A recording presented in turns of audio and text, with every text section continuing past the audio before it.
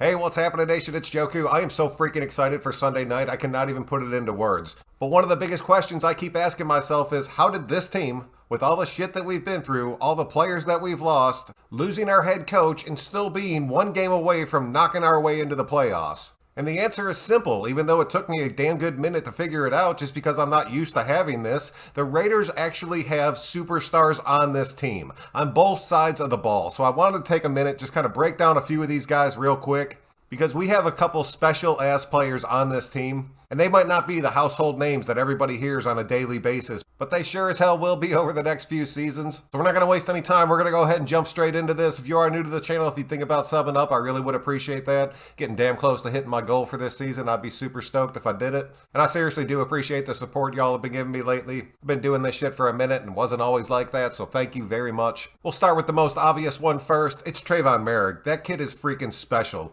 He should definitely be getting considered for the Defensive Rookie of the Year, in my opinion. That kid came in, won that starting job, and has not looked back. I honestly think he is a special talent, and the Raiders have him locked down for a hot minute. That kid is a superstar, and people just have not realized it yet. Next is Max Crosby. That kid is only 24 years old, and he is a freaking beast. And he's always been one hell of a pass rusher, but now that his run defense has stepped up so much, he's really become a complete defensive end at this point, and the sky is the limit for him. He reminds me so much of a young Howie Long, it's unreal. Next, and I'll probably catch a little bit of hell for this one, but we have only scratched the surface of this kid's potential. But I am telling you right now, Divine Diablo is going to be a superstar linebacker in the NFL. 6'3", 226, not scared to drop your shoulder and fast as hell is the recipe of the new linebacker of the league. Plus, that kid has heart, man, and he's not scared to call other people out. He has a huge test ahead of him Sunday night, and I promise you he's going to show up for it and put the whole damn league on notice. Next is Hayward Jr. I know he's already a star, but he's playing at an elite level this season. He's a major factor of why the Raiders are in the position that we're in right now. I could not make this video without mentioning his name. He definitely has another year or two left in him, and I really hope that he spends those as a Raider. Next is Nate Hobbs, man. That kid has all the freaking potential in the world. I'm not going to say that he's a star at this point, but he is definitely working in that direction. That kid just has to be able to keep his head screwed on right and not make any more stupid mistakes. He's just one of those people that's like a true freak athlete. If he can start to put it all together over the next few seasons, he'll probably be the next jersey that I end up buying.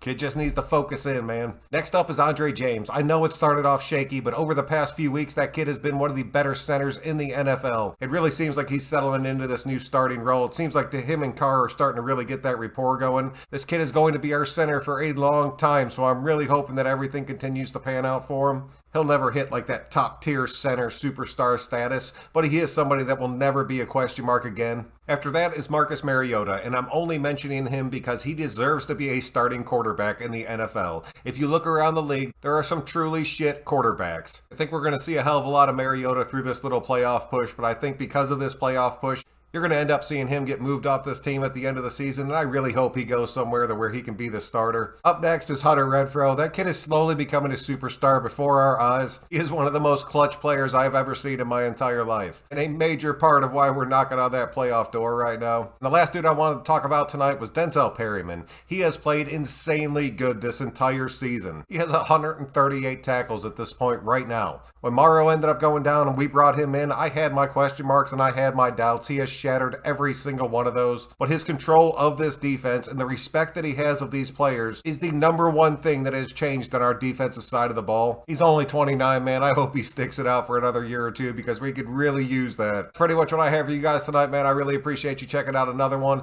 Definitely hit me up if you think there's somebody on this list that I did miss. But until next time, I'm Joku. If you can click that like on your way out, it really does help me out. We'll see you on the next one.